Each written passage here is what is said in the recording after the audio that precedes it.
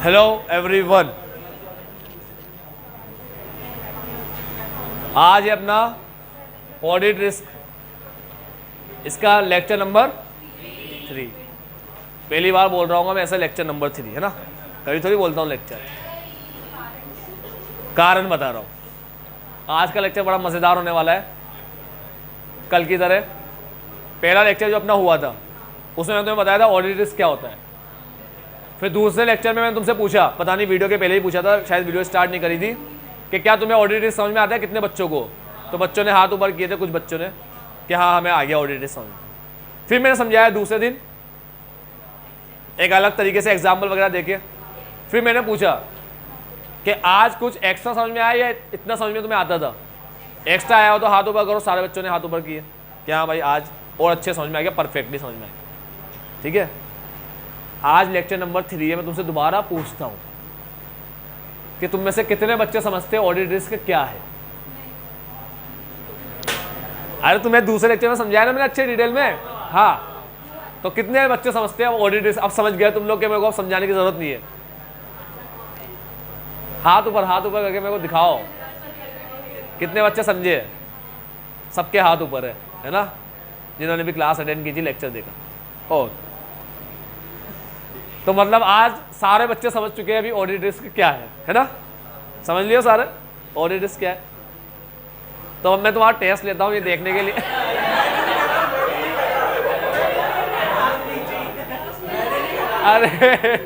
अरे भाई मैं कुछ नहीं करूँगा, मैं तो सिर्फ तुमसे पूछूंगा कि तुम बताओ ऑडिट रिस्क के बारे में थोड़ा सा। मतलब एक नॉर्मल क्वेश्चन, इसको आता हो वो बोलते हैं, जो भी आता हो, पर ऐसा कोई हार्ड एंड फास्ट नहीं है। तो लेक्चर नंबर 3 है आज मेरा। दोबारा वही क्वेश्चन रहा कि वापस आके पर अटक गए, ऑडिट रिस्क क्या है। तुम समझो, मैं तुम्हें वापस ऑडिट रिस्क समझा रहा हूँ तो कुछ तो रीजन होगा, कुछ तो होगा ऑडिट रिस्क, है ना। मुझे मजे तो आ नहीं रहे, मेरे पास बहुत टाइम है, एम्पल ऑफ टाइम है, अपन पढ़ रहे हैं, मतलब ऑडिट रिस्क से आगे नहीं बढ़े कभी। ठीक है। तुम्हारे देखो, मैं चाहता हूँ कॉन्सेप्ट को इतने डीप में जाके पढ़ो ना कि तुम्हारे दिमाग में डाउट का तो एक कतरा भी ना रहे। ठीक है, एक बूंद भी ना रहे डाउट की। ठीक, एक तिनका भी ना रहे। तो बिल्कुल डाउट नहीं रहना चाहिए, बिल्कुल कोई चीज का, कॉन्सेप्ट का बिल्कुल क्रिस्टल क्लियर होना चाहिए, बिल्कुल क्रिस्टल क्लियर। तुम्हें बराबर समझ में आना चाहिए कि ऑडिट रिस्क होता क्या है।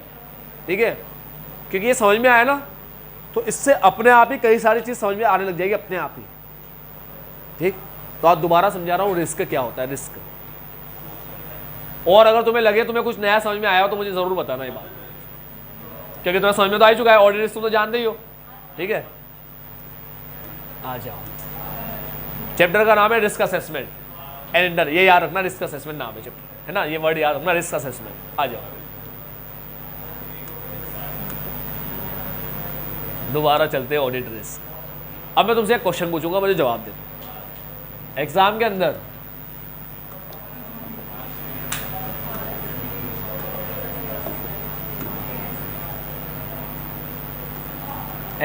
अंदर बच्चा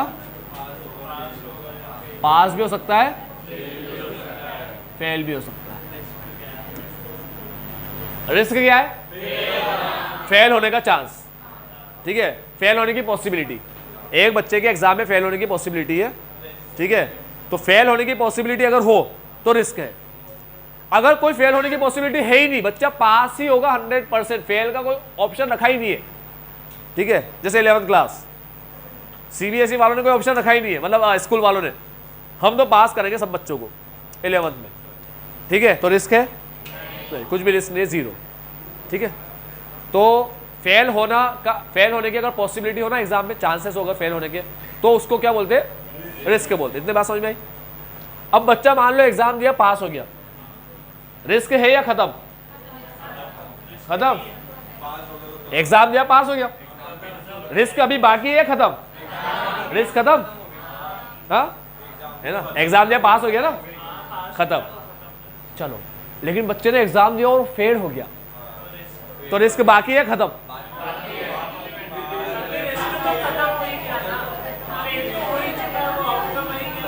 कौन कह रहे हैं बाकी है और कौन कह रहे हैं खत्म है? पहले बाकी है वाले बता दो कौन है। रिस्क अभी बाकी है, एग्जाम दिया फेल हुआ तो ठीक है, कौन कह रहा है खत्म है? तुम कह रहे हो खत्म। बेटा रिस्क खत्म हो गया, रिस्क खत्म हो गया, बाकी क्यों बाकी नहीं है सब समझो। रिस्क की डेफिनेशन क्या बताई? पॉसिबिलिटी ऑफ फेल या चांस ऑफ फेल या प्रोबेबिलिटी ऑफ फेल, है ना? कितने नाम से बुला सकते हैं अपन, ठीक है। एग्जाम रिस्क की बात कर रहा हूं, एग्जाम रिस्क की बात कर रहा हूं। तो एग्जाम रिस्क की डेफिनेशन क्या होगी? पॉसिबिलिटी ऑफ फेल या चांस ऑफ फेल या प्रोबेबिलिटी ऑफ फेल, समझे? ये रिस्क हुआ। बेटा कॉइन टॉस करने में अभी टॉस नहीं किया तो हेड भी आ सकता है, टेल भी आ सकता है। अब एक टीम ने बोला, टीम ए ने बोला हेड, तो हेड आएगा तो टीम जीत जाएगी, है ना? टॉस जीत जाएगी, टॉस, है ना? तो कॉइन अभी टॉस नहीं किया तो टीम ए के हारने के चांस कितने? 50%। टॉस नहीं किया, चांस, प्रोबेबिलिटी। मुझे बताओ प्रोबेबिलिटी कॉइन को टॉस करने से पहले बताई जाती है, टॉस करने के बाद? पहले। टॉस करने के बाद जो इवेंट आया, जैसे हेड आया तो श्योर इवेंट हो गया ना। अब प्रोबेबिलिटी थोड़ी बताई जाएगी क्यों? बंदा जीत गया, उसको बोल रहे यार तेरे के हारने के चांस तो है अभी भी यार 50%। और क्या हारने, जीत गया भाई मैं। उसको बोल रहे हो हारने के बाद कि यार तेरे हारने के चांस तो है, उसने कहा हार गया, चांस क्या करेगा इसमें? तो हम कह रहे नहीं पॉसिबिलिटी है तू हारेगा। अरे भाई मैं हार गया, पॉसिबिलिटी कहां से आई? अभी पॉसिबिलिटी बची क्या, चाहे जीते चाहे। एक बात दिमाग में फिट कर लो, तुम लोग प्रोबेबिलिटी चैप्टर में पढ़ते थे रैंडम एक्सपेरिमेंट। एक्सपेरिमेंट का मतलब था परफॉर्मेंस। परफॉर्मेंस होने के बाद, परफॉर्मेंस होती रिस्क खत्म, भले बच्चा पास हो या फेल हो, रिस्क खत्म। समझ लो बात? रिस्क तो तब तक है, रिस्क का मतलब प्रोबेबिलिटी होता है। प्रोबेबिलिटी तब तक होती है जब तक हमें इवेंट पता ना चल जाए। एक बार रिजल्ट आ गया, पता बढ़ गया पास या पता बढ़ गया फेल, तुम्हारा रिस्क खत्म, है ना? तो जब तक पता नहीं चलता तब तक अपन डाउट में जीते हैं कि पास होंगे या फेल होंगे। अभी क्वेश्चन, अभी चीज समझ में आई रिस्क के बारे में? तो रिस्क मतलब प्रोबेबिलिटी, चांस। बिजनेस के अंदर प्रोबेबिलिटी ऑफ लॉस, एग्जाम के अंदर प्रोबेबिलिटी ऑफ फेल, ऑडिट के अंदर probability of inappropriate opinion when financial statement are. समझ गए अभी? ठीक। तो अब तुम लोग समझ गए कि रिस्क का मतलब क्या होता है। चलो अब रिस्क का मतलब मैंने तुम्हें एक और दूसरे तरीके से समझाता हूं। अभी मैंने तुम्हें क्या समझाया कि रिस्क तभी होगा जब परफॉर्मेंस नहीं दी, मतलब जब तक ऑडिट नहीं हुई। जैसे ही ऑडिट खत्म हो जाए, रिस्क, ऑडिट खत्म हो गई, रिपोर्ट दे दी, सब कुछ कर दिया तुमने, ठीक है, तो अब तुम्हारा रिस्क खत्म हो गया, ऑडिट रिस्क। क्योंकि वो तुमने जो ओपिनियन दिया है या तो वो अब एप्रोप्रिएट होगा या वो इनएप्रोप्रिएट, ठीक है। तो अब ध्यान से मेरी बात सुनना, रिस्क को अपन दूसरे पॉइंट ऑफ व्यू से देखते हैं। रिस्क का मतलब होता है किसी भी काम में वो चीज जो तुम्हें पसंद नहीं है उसके आने के चांस। किसी भी काम में वो चीज जो तुम्हें पसंद नहीं है उसके आने के चांस। मुझे बताओ एग्जाम में पास होने के चांस है, तो पास होने का चांस रिस्क है क्या? फेल होने का चांस रिस्क है। तो तुम्हें पसंद क्या नहीं है? एक कॉइन टॉस किया, तुमने हेड बोला, तो तुम्हें पसंद क्या नहीं है? टेल आना पसंद नहीं है, टेल आए, मगर टेल आने के चांस है ना, कितने परसेंट है? तो तुम्हारे हारने के चांस कितने हो गए? 50%। तो रिस्क का मतलब वो चीज जो तुम्हें पसंद नहीं है उसके होने के चांस, ठीक है। आई बात समझ में? तुम्हें दोस्तों के साथ घूमने जाना है, वो घर वाले परमिशन देंगे तभी जा सकते हो। अभी तुमने पूछा नहीं है तो तुम्हें पता भी नहीं है वो हाँ बोलेंगे ना बोलेंगे। रिस्क क्या है? ना बोलना, ना बोलने के चांस। समझ गए? तुम्हें ना बोलना पसंद नहीं है, ये तुम्हें पसंद नहीं है कि वो ना बोले, तुम्हें पसंद क्या है कि वो हाँ बोले। अब तुम समझ लो ना रिस्क क्या है। तो किसी भी परफॉर्मेंस में वो चीज जो तुम्हें पसंद नहीं है उसके चांस। तो ऑडिट के अंदर पता है तुम्हें क्या पसंद नहीं है? इनएप्रोप्रिएट ओपिनियन देना पसंद नहीं है, लेकिन उसके चांस होते हैं ना, ठीक है, तो उसे रिस्क बोलते हैं। अब तुम बात समझो, तुम लोग एग्जाम में पेपर देने गए, पेपर अगर टिपिकल आया तो फेल होने के चांस, और सिंपल आया तो फेल होने के चांस कम। अपन सिर्फ फेल पे बात कर रहे हैं क्योंकि रिस्क फेल होता है, पास नहीं होता, ठीक है। समझ लो यहां तक बात?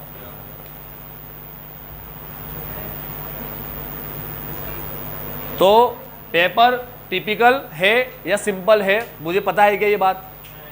नहीं। पेपर टिपिकल या सिंपल है मेरे को पता है क्या? नहीं। देखो मेरी बात सुनो, एग्जाम पेपर क्या हो सकता है? सिंपल भी हो सकता है, यानी कि इजी भी हो सकता है, और हार्ड भी हो सकता है। हार्ड भी हो सकता है, टिपिकल भी हो सकता है, ठीक है?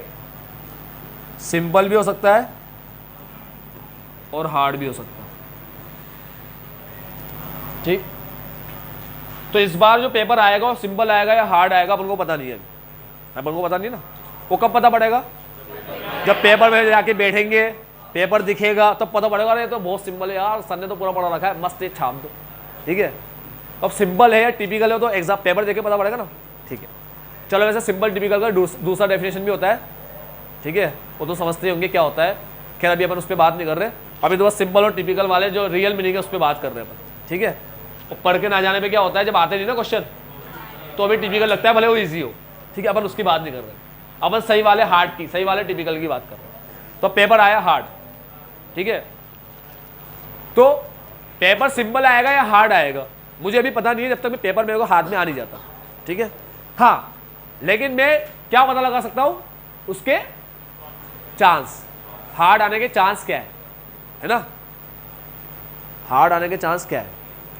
तो मान लो मैंने पता लगा लिया हार्ड आने के चांस है 90% कि हार्ड आएगा, 90% चांस है कि इस बार पेपर हार्ड आना है, मैंने पता लगा लिया।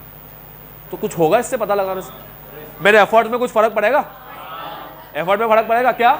मैं और ज़्यादा एफर्ट लगाऊंगा, बहुत अच्छे से सोल्व करूंगा, ठीक है?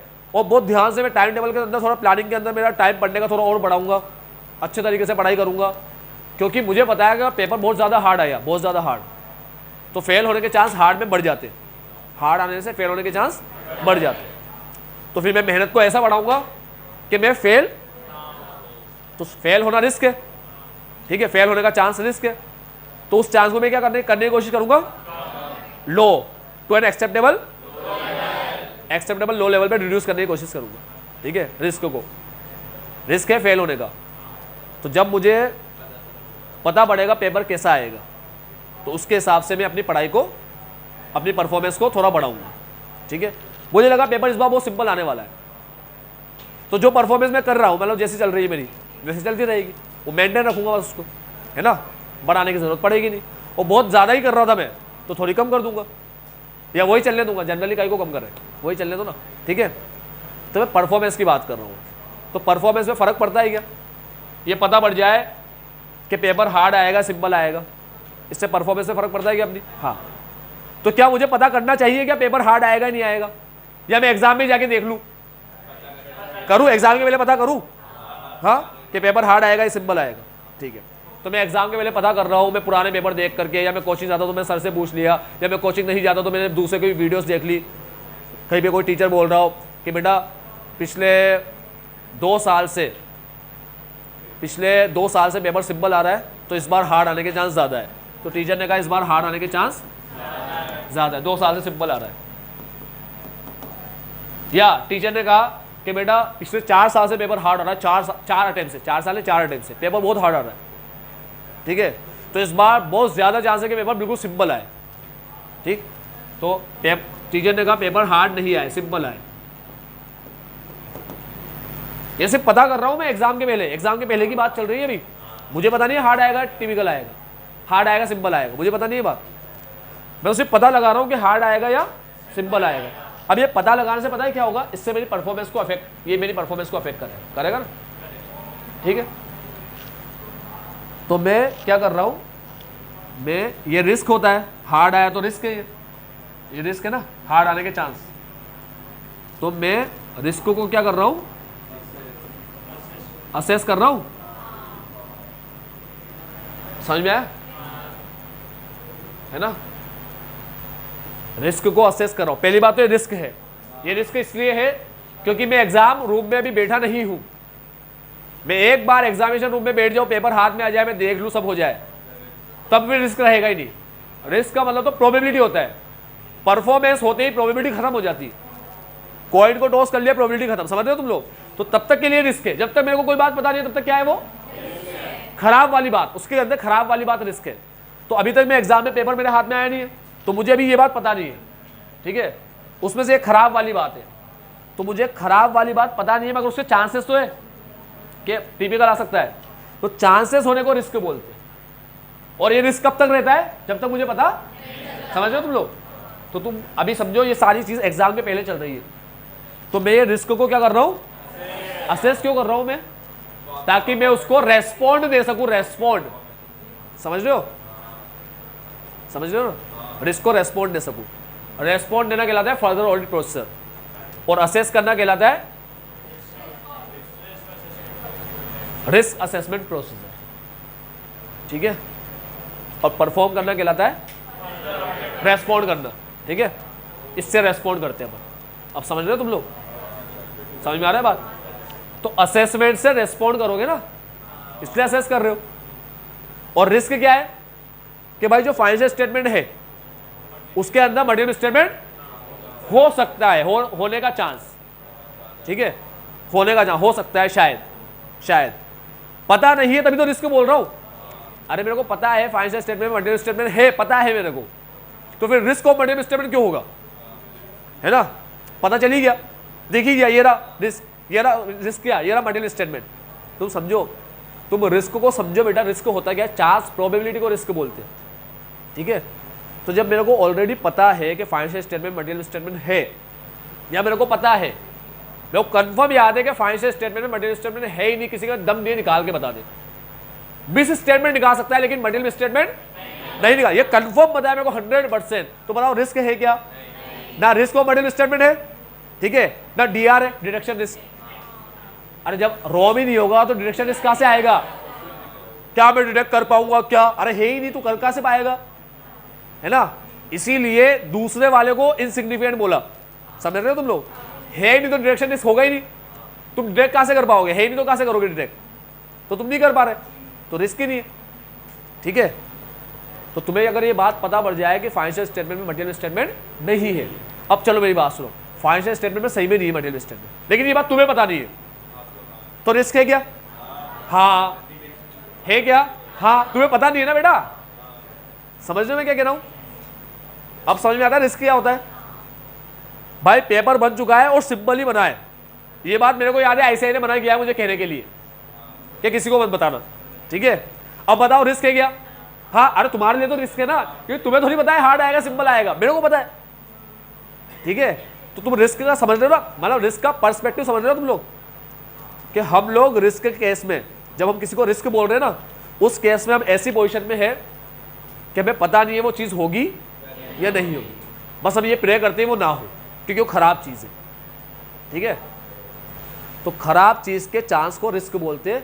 और हम ऐसी पोजीशन में, अभी अपनी पोजीशन समझो, तुम कहाँ पर हो, तुम ऐसी पोजीशन में हो कि तुम्हें उसके बारे में इंफॉर्मेशन नॉलेज नहीं है, ठीक है, एक्यूरेट नॉलेज नहीं है, बिल्कुल परफेक्शन के साथ 100% एक्यूरेसी के साथ नॉलेज नहीं है। अब ये बात समझ में आ गई, चलो ये दोनों समझ में आया, क्या बोला, रिस्क असेस क्यों करेंगे समझ में आया, ताकि उससे रेस्पॉन्स दे सके, ठीक है।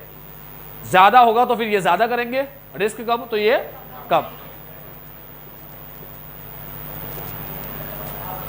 दोबारा आते हैं, तो मैंने देखा यार पेपर से पहले मालूम किया सब कुछ, टीचर वगैरह से पूछा, पिछले साल के पेपर देखे, मुझे पता पड़ा कि इस बार हार्ड आने वाला है, तो हार्ड आने के चांस ज़्यादा है, हार्ड आने के चांस ज़्यादा है, मतलब रिस्क ज़्यादा है। तो रिस्क ज़्यादा मैंने कैसे पता लगाया, रिस्क को असेस करके पता लगा लिया, है ना। और हार्ड आने के चांस कम है तो भी रिस्क को असेस किया, तो यहाँ पर रिस्क ज़्यादा है और यहाँ पर रिस्क कम है, ठीक। अब अगर रिस्क ज़्यादा है तो रेस्पॉन्स भी वैसा होगा। अब रेस्पॉन्स वर्ड ना लिख के मैं लिख रहा हूँ परफॉर्मेंस, यहाँ पर ज़्यादा,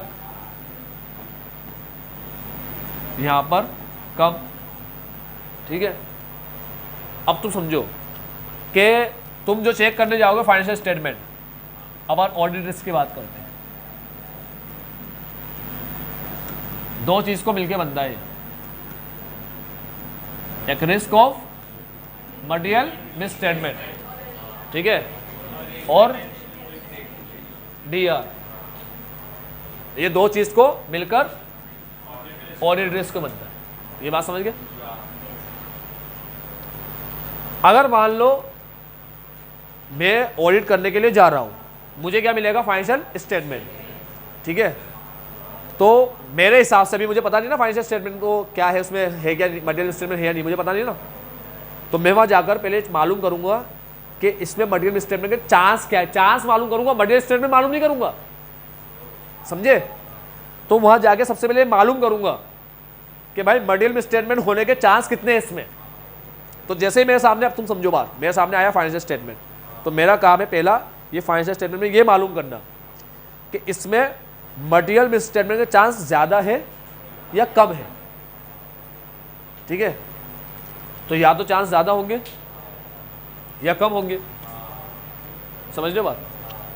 तो अगर मुझे लगता है कि यार 90% चांस इसमें होगा ही होगा, है ना, तो 90% चांस है, रिस्क बहुत ज़्यादा है, तो परफॉर्मेंस बढ़ जाएगी, परफॉर्मेंस बढ़ जाएगी, रिस्क ज़्यादा होगा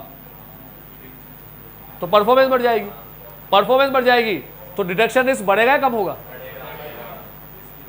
डिटेक्ट करने का जो रिस्क है कि डिटेक्ट नहीं कर पाओ, डिटेक्शन में दो चीज होगी, या तो तुम डिटेक्ट कर पाओगे या नहीं कर पाओगे। अच्छी बात क्या है? करना है नहीं करना? करना अच्छी बात है, नहीं करना खराब बात, खराब बात के होने का चांस है क्या, उसे रिस्क बोलते हैं। तो डिटेक्शन रिस्क का मतलब होता है डिटेक्ट ना कर पाओ, ठीक है।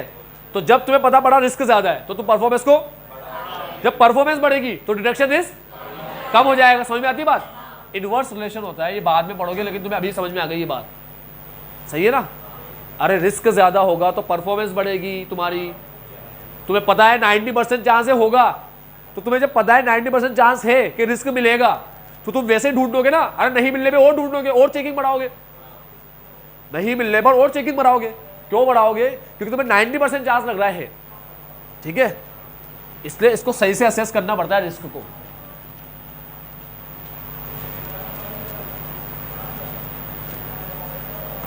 तुम समझे क्या बोला? रिस्क को असेस सही करना पड़ता है, ठीक। तो अब 90% चांस है तो मैं तो पीछे ही पड़ जाऊंगा, बिल्कुल पीछे ही पड़ जाऊंगा, परफॉर्मेंस बढ़ाऊंगा तो डिटेक्शन रिस्क के चांस कम हो जाएंगे। इतनी बात समझ में आ रही? कोई भी डाउट किसी को? नहीं। और जब मुझे लगेगा इसके चांस बिल्कुल ना के बराबर है, ठीक है, मटेरियल मिसस्टेटमेंट के चांस, मटेरियल मिसस्टेटमेंट का चांस रिस्क ना के बराबर 10% ही है, तो रिस्क जब बिल्कुल ही कम दिखेगा, बिल्कुल ही लो दिखेगा, तो परफॉर्मेंस का लेवल थोड़ा कम कर दूंगा। भाई डिटेल चेकिंग इतनी ज्यादा क्यों करूंगा? करूंगा मगर थोड़ा कम कर दूंगा चेकिंग को, ठीक है। तो उस केस में डिटेक्शन रिस्क बढ़ जाएगा। इनवर्स रिलेशन होता है दोनों में, इनवर्स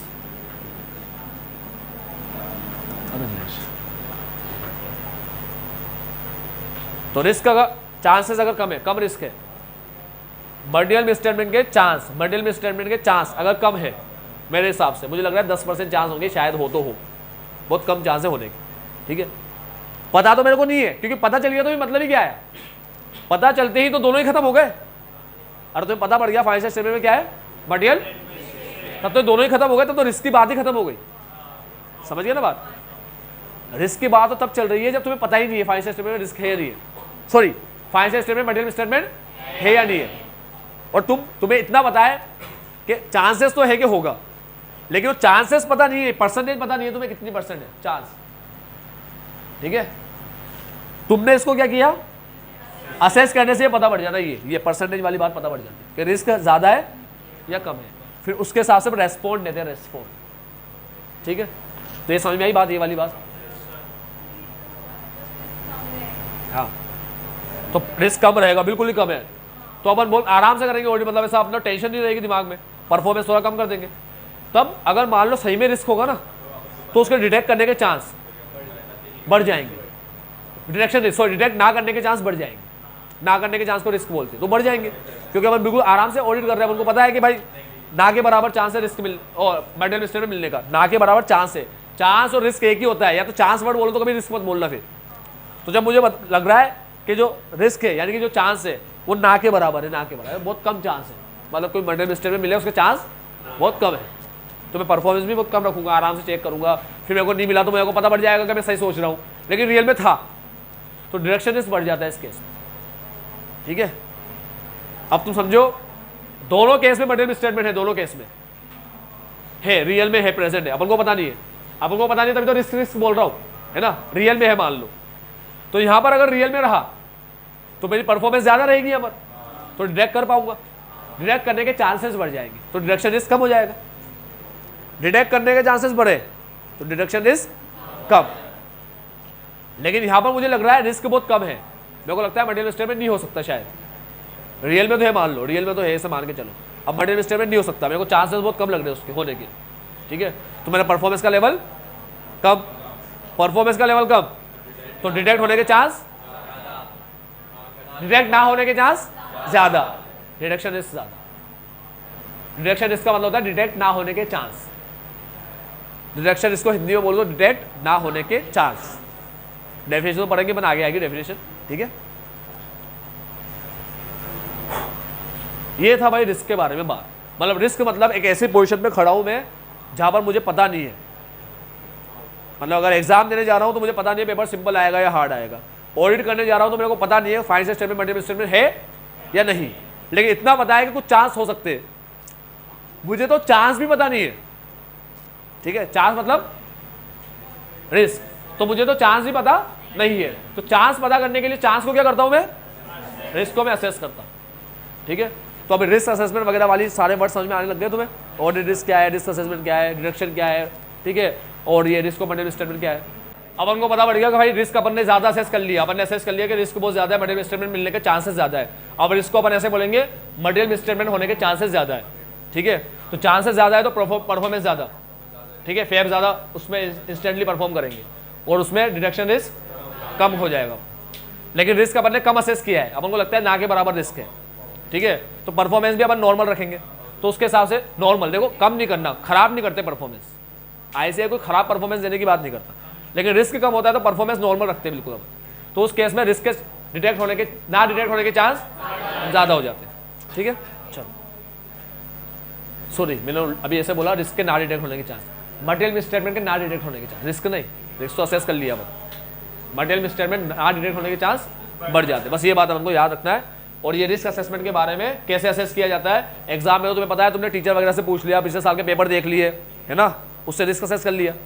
तो यहाँ पर क्या करेंगे, यहाँ पे भी यही काम करेंगे, यहाँ पर मैनेजमेंट एम्प्लॉय वगैरह से पूछ लेंगे, अंडरस्टैंडिंग ले लेंगे, पिछले साल का डेटा भी चेक कर लेंगे, उसको पिछले साल के डेटा को इस साल से मिलाएंगे, मिलाकर ये देखेंगे कि दोनों के अंदर क्या, दोनों डेटा के अंदर कोई बहुत ज्यादा वेरिएशन है क्या, क्या दोनों डेटा, हाँ, क्या दोनों डेटा एक दूसरे के साथ ऐसे कंपेटेबल है क्या। ठीक है, कोई ऐसा वेरिएशन तो नहीं है, बहुत ज्यादा वेरिएशन आ रहा हो बिना मतलब का, तो ऐसे कंपेयर करके देखते हैं, उसको बोलते हैं एनालिटिकल प्रोसेसर, वो परफॉर्म करते हैं। ठीक है, तो तुमने पढ़ा था चैप्टर नंबर 2 के अंदर एम्पल, है ना, एम्पल का यही क्या है। अब तुम्हें अगर ये बातें तुम भूल चुके हो या तुम्हें पता नहीं है तो कोई दिक्कत नहीं है, अपन आगे पढ़ेंगे, क्या पढ़ेंगे कि रिस्क को कैसे असेस, ये अपन आगे इसी चैप्टर में पढ़ेंगे। ठीक है, दोबारा आता हूं चैप्टर में। हाँ, तो ये अपना सब हो गया। ऑडिट रिस्क का मतलब क्या है तुम्हें पता ही अच्छे से, और ये 2 मीनिंग दे रखे थे। अब इस चैप्टर में मजेदार बात है क्या है, हर बार 2 मीनिंग देगा सबकी। ठीक है, हाँ हाँ, कोई सा भी, अरे ये तो चलो 2 ही याद रखो, बाकी मैं तुम्हें बताऊंगा हर जगह एक ही बनना है तुम्हें, अभी तो ये 2 याद रखो। ठीक है, अब ये हो गया नॉट ओनली रेपुटेशन खराब होती है, डैमेज होती है, साथ में रेगुलेटरी एक्शन आ सकते हैं। ठीक है, आ सकते हैं, लीगल एक्शन आ सकते हैं, रेगुलेटरी एक्शन आएंगे प्रोफेशनल बॉडी से, लीगल एक्शन आएंगे इंटरनेट यूजर से। ऑर्डर इस रिस्क को अवॉइड करना चाहे तो क्या करेगा, ऑर्डर को अच्छे से प्लान करेगा, परफॉर्म करेगा, ताकि रिस्क क्या हो जाए, रिड्यूस टू एन एक्सेप्टेबल, ये लाइन याद रखना, reduce to an acceptable low level. ठीक है, उसके बाद ये 200 के अंदर अपन ने देखा था कि sufficient appropriate audit evidence Sai obtain करो, उससे रिस्क कम होता है। ठीक है, ऑडिट रिस्क फंक्शन है, अभी ये देख लिया अपन ने। रिस्क ऑफ मटेरियल स्टेटमेंट क्या होता है कि फाइनेंशियल स्टेटमेंट में क्या हो, या फाइनेंशियल स्टेटमेंट क्या हो, मटेरियली मिसस्टेटेड। अरे फाइनेंशियल स्टेटमेंट में क्या हो, मटेरियल मिसस्टेटमेंट होने के चांस, फाइनेंशियल स्टेटमेंट में मटेरियल मिसस्टेटमेंट होने के चांस, या फाइनेंशियल स्टेटमेंट का मटेरियली मिसस्टेटेड होने का चांस, कैसे बोल दो, फाइनेंशियल स्टेटमेंट में मटेरियल स्टेटमेंट का चांस ऐसे बोल दो, या फाइनेंशियल स्टेटमेंट का मटेरियल मिसस्टेटेड होने का चांस, ये का वाली बात बोलता है। Risk of material misstatement is the risk, ये रिस्क का मतलब है risk that financial statement are materially misstated, लेकिन प्रायर टू ऑडिट, ऑडिट के पहले मिसस्टेटेड है, क्योंकि यहां पर ऑडिटर का कोई हाथ नहीं है इसके अंदर। फाइनेंशियल स्टेटमेंट में मटेरियल मिसस्टेटमेंट के जो चांसेस है वो कम है या ज्यादा है, उसका ऑडिटर का कोई हाथ नहीं है उसके अंदर, ठीक है, ऑडिट से वो रिलेटेड नहीं है। इसको पूरा ये रिस्क को पूरा कौन इफेक्ट करता है, मैनेजमेंट। हमें दिखेगा मैनेजमेंट की हरकत खराब है, ढंग से काम नहीं कर रहे, तो हमारा रिस्क असेस क्या होगा, कम या ज्यादा, ज्यादा। हमें दिखेगा मैनेजमेंट बहुत परफेक्ट तरीके से काम कर रहे हो, इनका इंटीग्रिटी का लेवल बहुत हाई है, मैनेजमेंट का इंटीग्रिटी का लेवल बहुत हाई है, ठीक है, तब हम रिस्क को असेस करेंगे। ये मैं एक एग्जाम्पल समझा रहा हूं, बस छोटे से एग्जाम्पल समझा रहा हूं, कम असेस करेंगे। तो इस रिस्क को कौन अफेक्ट कर रहा है, मैनेजमेंट या ऑडिटर, मैनेजमेंट। और ये डीआर को कौन अफेक्ट करेगा, मैनेजमेंट या ऑडिटर, ऑडिटर। भाई कैसे काम कर रहा है ऑडिटर पे डिपेंड करता है ये, है ना, इसको ऑडिटर अफेक्ट करेगा, ठीक है, ऑडिटर का काम इफेक्ट करेगा। यानी इस वाले को तो मैनेजमेंट इफेक्ट करता है, एनडीडी इफेक्ट करता है, ठीक है, क्लाइंट इफेक्ट करता है, और इस वाले को ऑडिटर इफेक्ट करता है। इसके बारे में पढ़ेंगे, मन आगे आएगा, इसको मैनेजमेंट और इसको ऑडिटर। चलो, तो रिस्क ऑफ मटेरियल स्टेटमेंट का मतलब क्या होता है कि रिस्क है कि financial statement are materially prior to audit. बेटा यही लाइन लिख देना है दोबारा, इसका मतलब क्या है, यही मतलब है इसका, क्या कि रिस्क है कि फाइनेंशियल स्टेटमेंट में, रिस्क है कि फाइनेंशियल स्टेटमेंट में क्या है, ठीक है, risk that financial statement are materially misstated prior to audit. बस इतना सा जोड़ दो लाइन, ये जोड़ना जरूरी है, प्रायर टू ऑडिट, ठीक है, ताकि ये बता दे कि भाई ये इंडिपेंडेंट है ऑडिट के, ऑडिटर का इसमें कोई हाथ नहीं है, प्रायर टू ऑडिट की बात कर रहे हैं तुमसे। और यही लाइन दोबारा लिख दी, प्रोबेबिलिटी ऑफ फ्रॉड और एरर, ठीक है, in financial statement before audit, एक ही बात है, टाइम पास कर रहे हैं। डिफरेंस बिटवीन रिपोर्टेड एसईबीडी और required एसईबीडी as per एएफआरएम, required एसईबीडी as per एएफआरएम। ए मतलब अमाउंट, सी मतलब क्लासिफिकेशन, प्रेजेंटेड डिस्क्लोजर। बहुत बढ़िया, बड़ा खुश हुई है सुन के। अब रिस्क जो होता है वो दो लेवल पे होता है, ये जो रोमम होता है ना, दो लेवल पे होता है रिस्क हमारा। तो ये रोम हमारा दो लेवल पे, पहला लेवल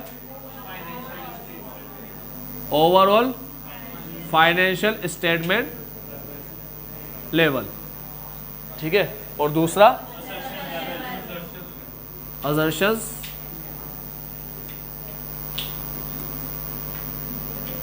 लेवल। असर्शन लेवल पे आते ही इसके दो पार्ट हो जाते हैं, दो पार्ट, रोम के दो पार्ट हो जाते हैं, एक इनहेरेंट रिस्क, दो चीज मिलके इसके, ये कॉम्पोनेंट है कॉम्पोनेंट, ठीक है, इसके दो टुकड़े हो जाते हैं असर्शन लेवल, इनहेरेंट रिस्क और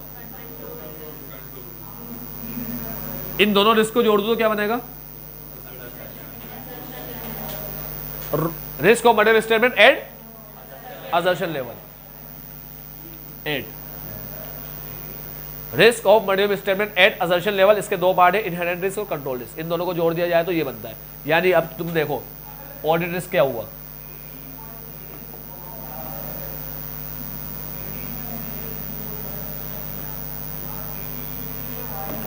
अब तुम देखो ऑडिट रिस्क हुआ,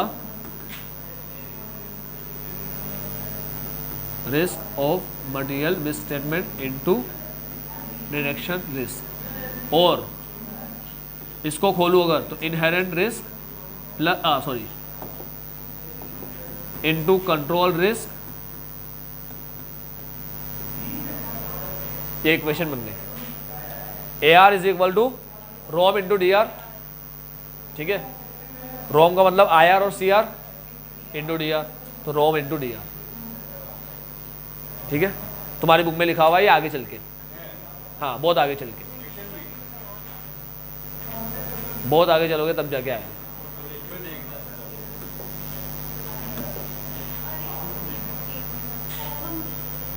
हाँ हाँ पता है, मेरे को पता है। ये एक तो चार्ट बना दिया इन लोगों ने, ठीक है, ये रहा रोम और DR, inherent risk, control risk और डीआर। अब डीआर के भी दो पार्ट, हाँ, सैम्पलिंग रिस्क और क्या है बाद में देखेंगे, अभी अपन को इसको इतना नहीं देखना, अभी तो अपन को पहले दोनों देखने, इनहेरेंट और कंट्रोल क्या है।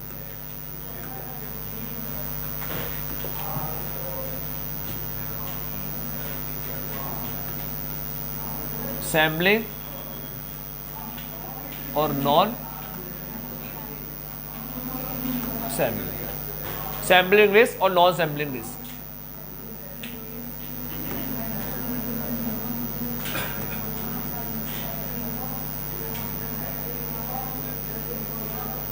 ठीक है, ये हो गया पूरा चार्ट कंप्लीट ऑडिट रिस्क का।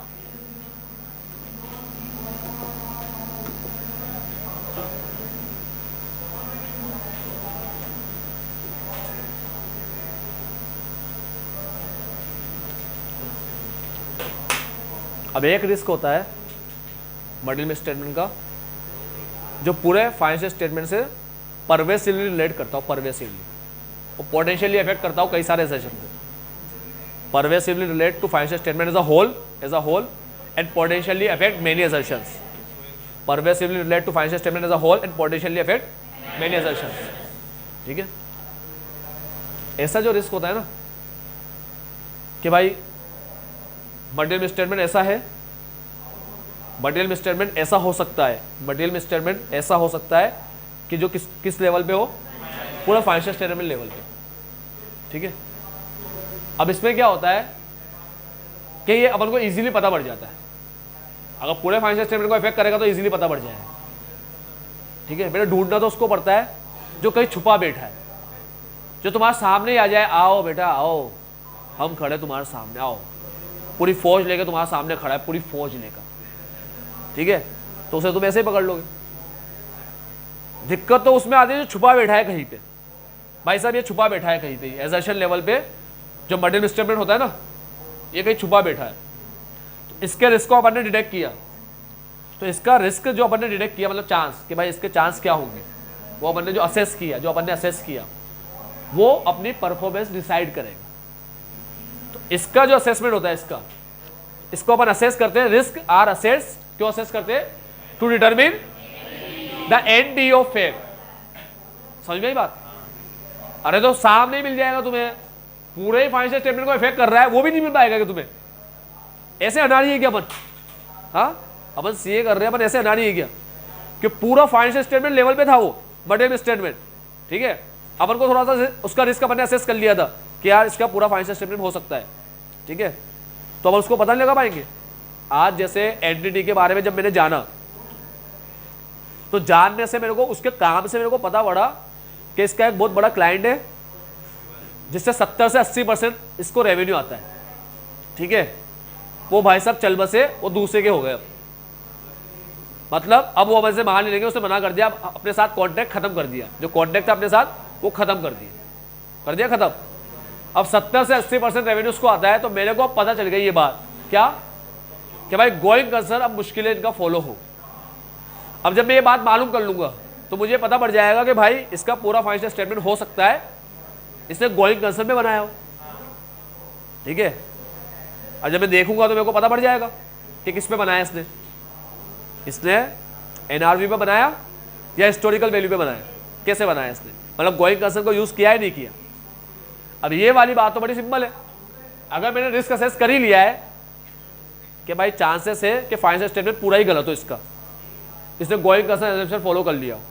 ठीक है, चांसेस है कि मटेरियल स्टेटमेंट कहाँ पर हो, पूरे ही लेवल पे, पूरे फाइनेंशियल स्टेटमेंट, ये चांसेस मेरे को पता पड़ गया।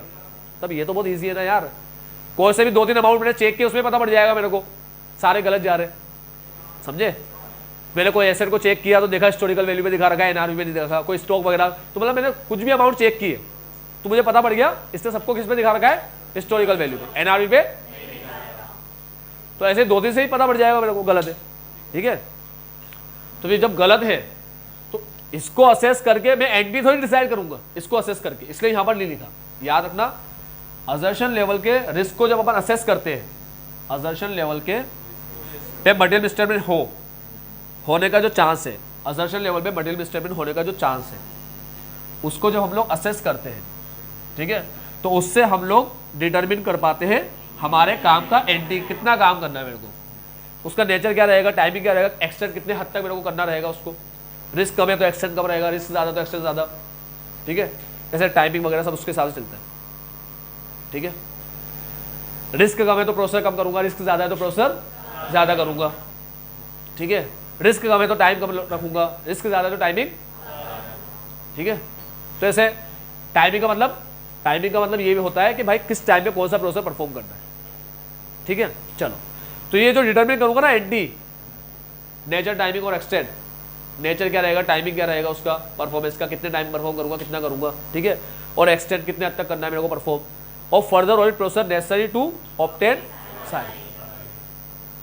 तो तुम समझो बात को, असर्शन लेवल पे मटेरियल मिसस्टेटमेंट का अगर चांसेस है तो चांसेस असेस करने पर कि कितने चांसेस है, कम है या ज़्यादा है, उससे मैं क्या डिटरमिन कर पाता हूँ, एंटी ऑफ फैब, और फैब मेरे को हेल्प करता है साई ऑब्टेन करने में, और साई मेरे को हेल्प करता है ओपिनियन देने में। ये पूरी स्टेप में शुरू में चैप्टर नंबर 1 में ही पढ़ चुका हूँ, ठीक है। एंटी डिटरमिन होता है, एंटी मेरे को हेल्प करता है साई ऑब्टेन करने में, और साई मेरे को हेल्प करता है ओपिनियन देने में। अभी तक बात समझ में आ रही है, ठीक है। 2 लेवल पे रिस्क होता है, ओवरऑल फाइनेंशियल स्टेटमेंट में मटेरियल स्टेटमेंट होने का रिस्क, होने के चांसेस, और असर्शन लेवल पे होने के चांसेस। ओवरऑल पे चांसेस जो है उसमें कोई डिटरमिन वगैरह की जरूरत नहीं पड़ती, हो तो इजीली अपन डिटेक्ट कर पाते हैं, और अपन इंस्टेंटली अपन पूरा चेक करेंगे सारा, तो हमको पता पड़ ही जाएगा कि पूरा गलत है इसका, ठीक है। और एक और चीज़ बता दो, एक और एग्जाम्पल देता हूँ गोइंग कंसर्न के अलावा। फॉलो करना था इंड एस, वो फॉलो कर लिया एस। तो जब मैं अंडरस्टैंडिंग ले रहा था उनसे क्लाइंट की, तब मेरे को बात करते हुए पता पड़ा अकाउंटेंट से कि अकाउंटेंट को तो इंड एस पता ही नहीं क्या है। ऐसे ही मैंने कुछ बात पूछ ली थी इंड एस से रिलेटेड, उसने कहा क्या होता है इंड एस, तब मैं समझ गया, मैंने कहा बेटा गया काम से। अब ये गया काम से, इसने पूरा किस पे बनाया, एस पे बना रखा है, अब पूरा गलत हुआ, ठीक है। मतलब जज जहाँ पर एस और इंड एस अलग अलग होते, अलग बात करते, तो मतलब सब में गलत गया है, ठीक है। अब बातें समझ में आ रही तुम्हें, तो ये इजीली पकड़ाई में आ जाता है। इसीलिए इसको ऐसे नहीं बोला कि इसको असेस करके एंटी डिटरमिन करेंगे, लेकिन इसमें बोला है कि इसको असेस करके एंटी डिटरमिन करेंगे, जो हेल्प करेगा साई ऑब्टेन करने में, जो हेल्प करेगा ओपिनियन देने में, ठीक है। तो अब तुमसे कोई डेफिनेशन पूछ ले कि रिस्क ऑफ मटेरियल मिसस्टेटमेंट की डेफिनेशन बताओ दोनों लेवल पे, तो पहला level overall financial statement level, इसमें परवेसिवली रिलेट करता है पूरे financial statement as a whole से, ठीक है, और पोटेंशियली अफेक्ट करता है, परवेसिवली रिलेट करता है, पोटेंशियली अफेक्ट करता है, relate pervasively affect potentially to many assertion. Pervasively relate करता है फाइनेंशियल स्टेटमेंट से, पोटेंशियली अफेक्ट करता है मेनी असर्शन। कोई तुमसे पूछे असर्शन लेवल का बताओ रिस्क ऑफ मटेरियल स्टेटमेंट, तो उसको बोलना वो असेस करते हैं to determine, in order to determine करने के लिए एंटी ऑफ फैब, जो हेल्प करता है, नेसेसरी होता है टू ऑब्टेन साई, साई के लिए वो नेसेसरी होता है, और साई इनेबल करता है ऑडिटर को टू एक्सप्रेस ओपिनियन, ठीक है। In order to determine, necessary to obtain, in order to determine, necessary to obtain, और इनेबल ऑडिटर, ठीक है। In order to determine NTE of FAP, necessary to obtain साई, enable the order to express opinion, ठीक है। समझ में आ गई बात, चलो अब ये दोनों समझ में आया तुम्हें, और ये समझ में आया इसके लिए कोई एंटी वेंटी के लिए कुछ दिक्कत, हाँ हाँ, क्या रिपोर्ट कर देंगे बेटा, ये असेस कर रहे हैं अपन, असेस करना प्लानिंग स्टेज का पार्ट है, अब एग्जीक्यूशन होगा, कौन सा वाला, अरे बेटा ये चैप्टर जो भी तुम पढ़ रहे हो ना यहाँ पर, अभी जो यहाँ तक तुम जो पढ़ते जा रहे हो अभी तक, आगे जो पढ़ोगे ये सब प्लानिंग स्टेज का पार्ट है, एग्जीक्यूशन कहाँ से आ गया, अरे रिस्क असेस, हाँ हाँ, तो आगे करेंगे ना, एग्जीक्यूशन में करेंगे ना, तो प्लानिंग में पता चल गया ना उनको। बेटा मेरी बात सुनो, मुझे मेरी पढ़ाई की प्लानिंग करनी है, उसके लिए मैं असेस कर रहा हूँ कि पेपर कैसा आ सकता है, उसके हिसाब से प्लानिंग करूँगा, समझ रहे हो। मुझे ऑडिट करने की पूरी प्लानिंग करनी है, तो मैं पहले असेस कर लेता हूँ कि रिस्क कितना है, उसके हिसाब से मैं अपनी प्लानिंग करूँगा, ठीक है। तो रिस्क पता पड़ जाए ना, तो फिर उसके हिसाब से मैं परफॉर्मेंस की प्लानिंग करूँ, कि मेरे को ज़्यादा परफॉर्मेंस देना है या कम परफॉर्म करना है, फैब ज़्यादा परफॉर्म करना है या कम परफॉर्म करना है। ठीक है, तो ज़्यादा है कम को कौन डिसाइड करेगा? ये रिस्क डिसाइड करेगा। रिस्क ज़्यादा तो फैब का परफॉर्मेंस, तो यही तो कह रहा है, रिस्क असेस करके मैं डिटरमिन करूंगा एनटी ऑफ फैब। समझ में आ रही बात? बढ़ जाओ भी यहाँ से आगे। अब रोम के दो कंपोनेंट होते हैं एसेंशियल लेवल। ये प्लानिंग का पार्ट है, प्लानिंग में करेंगे मतलब ये सारा काम, रिस्क असेस कर लेंगे। रिस्क असेस करना, देखो एक बात सुनो, मैंने तुम्हें ऑडिट का पूरा स्टेप समझाया था। पहले हम लोग रैप परफॉर्म करते हैं, रैप प्लानिंग का पार्ट है। अब रैप रिस्क असेसमेंट परफॉर्म करने से पहले हम उसकी प्लानिंग करते हैं। प्लानिंग करी, रिस्क असेसमेंट परफॉर्म किया, अब उसके आउटकम के हिसाब से फैब की प्लानिंग होती है, फिर फैब परफॉर्म होता है। तो क्या सीक्वेंस बना? पहले प्लानिंग करी किसकी? रैप की, फिर रैप परफॉर्म किया, फिर उसके आउटकम के हिसाब से फैब की प्लानिंग करी। अभी तक प्लानिंग चल रहा है। अब जैसे ही फैब को परफॉर्म करोगे तुम लोग पहुंच गए कौन से स्टेज में? एग्जीक्यूशन स्टेज में पहुंच गए। रैप परफॉर्म करना एग्जीक्यूशन स्टेज में नहीं आता। ये सिर्फ प्लानिंग के लिए कर रहे हो तुम लोग, रिस्क को असेस कर रहे हो तुम लोग। किसके लिए? प्लानिंग के लिए। प्लानिंग के लिए रिस्क को असेस कर रहे हो तुम लोग। इससे तुम लोग फैब की प्लानिंग करोगे कि फैब कम करना है ज्यादा करना है। आई बात समझ में? कंफर्म? तुम लोग पढ़ाई की प्लानिंग अभी नहीं कर रहे। पहले तो तुम ये मालूम कर रहे हो कि पेपर टिपिकल आएगा या सिंपल आएगा। अब तुम्हें पता पड़ेगा टिपिकल आएगा, तो उसके साथ साथ तुम पढ़ाई की प्लानिंग करोगे।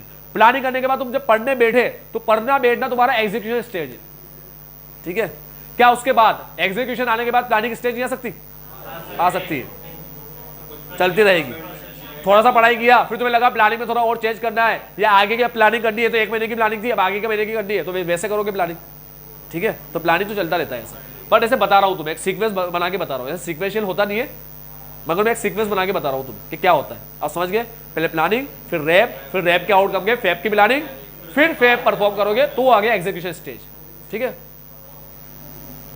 रोम के दो कंपोनेंट, और एसर्शन लेवल वाले रोम, एसर्शन के लोग। ठीक है, ओवरऑल के नहीं। ओवरऑल तो बिल्कुल साफ है, साफ है ना, वो भी पता ना लगा पाओ तो काहे के सी है फिर। ठीक है, ये है मेन। दो अब रोम के अंदर दो कंपोनेंट होते हैं, एक होता है इनहेरेंट रिस्क और एक होता है कंट्रोल। ठीक है, अब पहले ही बता दी ये बात, वो यहाँ लिखी हुई आ गई क्या कि रोम जो होता है वो एंटिटी लेवल का रिस्क होता है, मतलब एंटिटी का रिस्क होता है, इसीलिए उसको क्लाइंट इन्फ्लुएंस करता है, इन्फ्लुएंस बाय द क्लाइंट। ठीक है, both inherent and control risk are the entity risk. ये दोनों एंटिटी के रिस्क है, ऑडिटर के रिस्क नहीं है। तो एंटिटी के है तो क्लाइंट इन्फ्लुएंस करेगा, ऑडिट के नहीं है तो ऑडिटर इन्फ्लुएंस नहीं करेगा। बस ये लाइन लिखी है। एंटिटी के है इसलिए क्लाइंट इन्फ्लुएंस करेगा, ऑडिट के नहीं है इसलिए ऑडिटर इन्फ्लुएंस, बस ये लिखा हुआ है।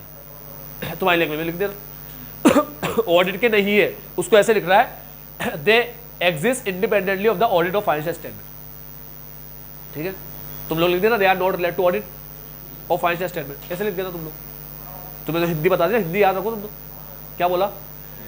ये दोनों रिस्क एंटिटी के है इसलिए क्लाइंट इन्फ्लुएंस करेगा, ऑडिट के नहीं है इसलिए ऑडिटर इन्फ्लुएंस नहीं करेगा। बस हिंदी में लिखना है इसको जाके, खत्म, सिंपल सी बात है, कोई ऐसे भारी बात थोड़ी है।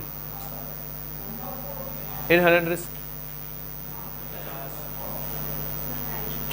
कितने मिनट की हो गई?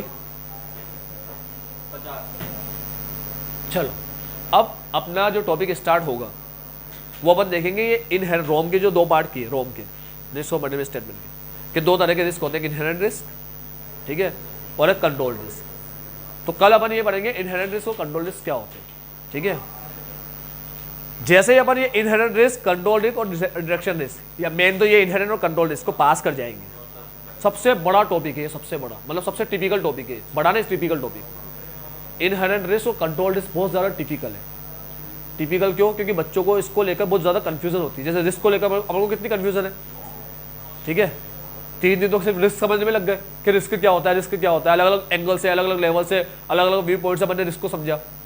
ठीक है, तो इनहेरेंट रिस्क और कंट्रोल रिस्क सबसे भारी टॉपिक है। तो मैं तुम्हें बहुत आराम से और अच्छे से एग्जाम्पल से समझाऊंगा तुम्हें, क्योंकि एक बार तुम्हारे दिमाग में ये बैठ जाएंगे दोनों, इनहेरेंट और कंट्रोल रिस्क, बस फिर इस चैप्टर में इतना भारी कुछ भी नहीं है।